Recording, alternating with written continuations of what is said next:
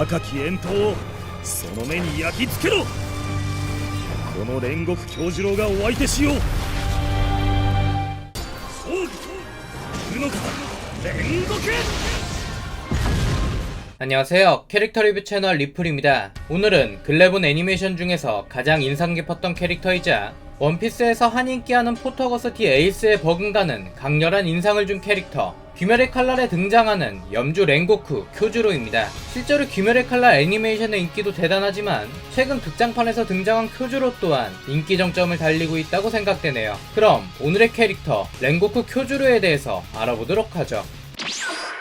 간략히 쿄주로의 프로필부터 살펴보면 키는 177cm에 몸무게는 72kg으로 크지도 작지도 않은 탄탄한 체형을 가지고 있다고 보시면 됩니다. 생김새는 그의 이명인 염주와 얼추 비슷한 외모를 가지고 있으며 노란빛 머리바탕에 붉은색이 적절히 스며들어 마치 불꽃을 연상시키는 머리 스타일과 눈을 하고 있죠. 옷 또한 불꽃을 연상시키는 하오리를 입고 있으며 이는 그의 아버지 신주로가 입었던 디자인과 동일합니다.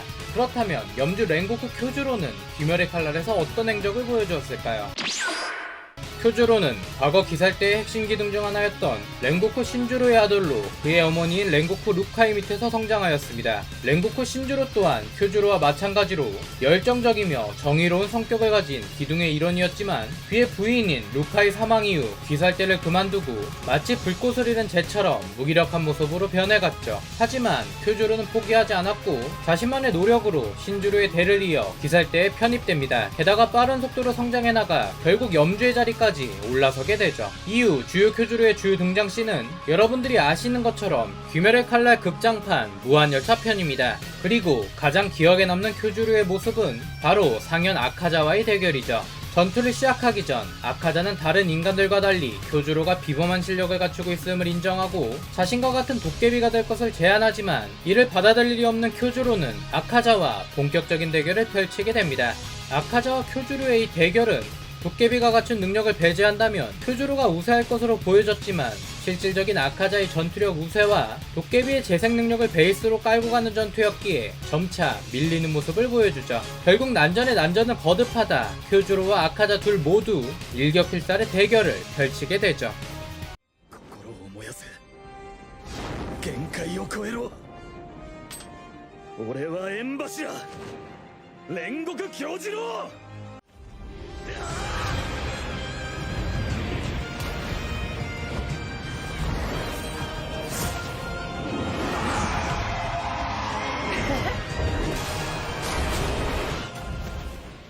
하지만 제9형 연옥을 펼쳤음에도 불구하고 쿄주로는 결국 아카자의 목을 베지 못한 채 치명상을 입으며 결과적으로 패배하게 되죠. 결국 태양이 뜨기 전 자신의 팔을 스스로 잘라버리고 아카자는 빈사 상태의 몸을 이끌고 도주에 성공하니 말이죠. 참고로 이 당시 쿄주로의 나이는 설정상 20세라고 하니 성장 가능성이 어마어마한 캐릭터가 강렬하게 자신의 발자취를 남기고 죽게 된 셈입니다.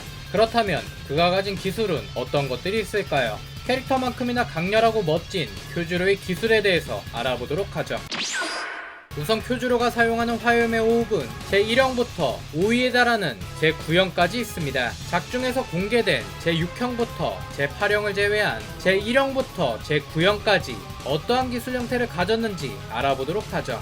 제1형 부지화는 불진후 횡백이라는 기술로 극장판에서는 아카자의 두 팔을 벨 때 사용합니다. 제2형 상승염천은 아래에서 위로 검을 올려배는 기술로 사무라이 쇼다운에 등장하는 하오마루의 강배기와 비슷한 모션을 가지고 있죠.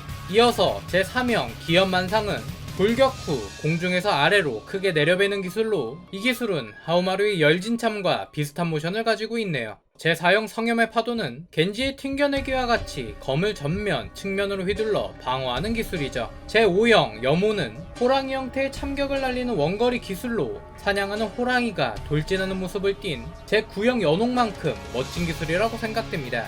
마지막 제9형 연옥은 쿄주로가 가진 5위로 가장 파괴력이 높은 기술이라고 할 수 있죠.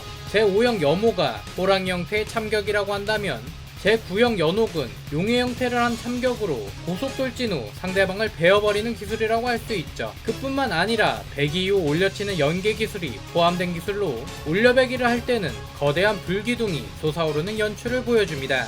여기서 조금만 더 깊게 들어갔다면 아카자는 여기서 사망했다는 것이 거의 기정사실이었죠.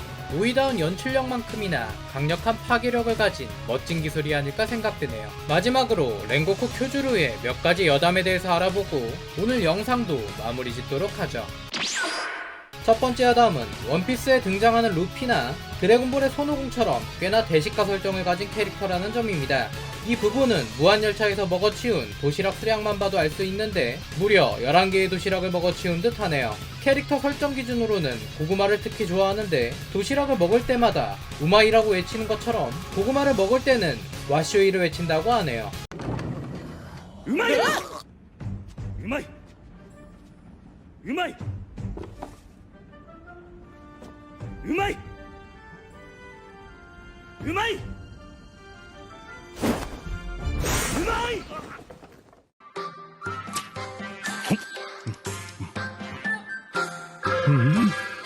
와쇼이! 와쇼이! 와쇼이! 두 번째 여담은 쿄주루의 죽음에 관한 여담입니다. 행적 부분에서 언급한 것처럼 쿄주루는 제9형 연옥을 사용하여 마지막 일격을 가한 후 아카자의 팔에 몸이 뚫려 사망하게 되죠. 그리고 이를 본 탄지로는 세상을 잃은 것처럼 오열하게 됩니다. 아마도 원피스를 보신 분들이라면 아시겠지만 사실 이 죽음이 에이스의 죽음만큼이나 강렬하면서도 비슷한 장면이죠. 에이스 같은 경우에도 초창기 원피스 독자들의 예상을 깨고 아카이누가 내지른 주먹에 몸이 뚫려 사망했으니 말이죠. 게다가 루피의 경우에도 탄지로처럼 에이스의 죽음에 오열하는 모습 또한 상황적으로 비슷합니다. 한 가지 더 덧붙인다면 쿄주루와 에이스 모두 불을 사용하는 캐릭터이기도 하고 말이죠. 게다가 에이스와 똑같이 몸이 뚫려 사망한 탓에 쿄주루 또한 도넛이라는 우스꽝스러운 별명도 가지게 되었다고 하네요.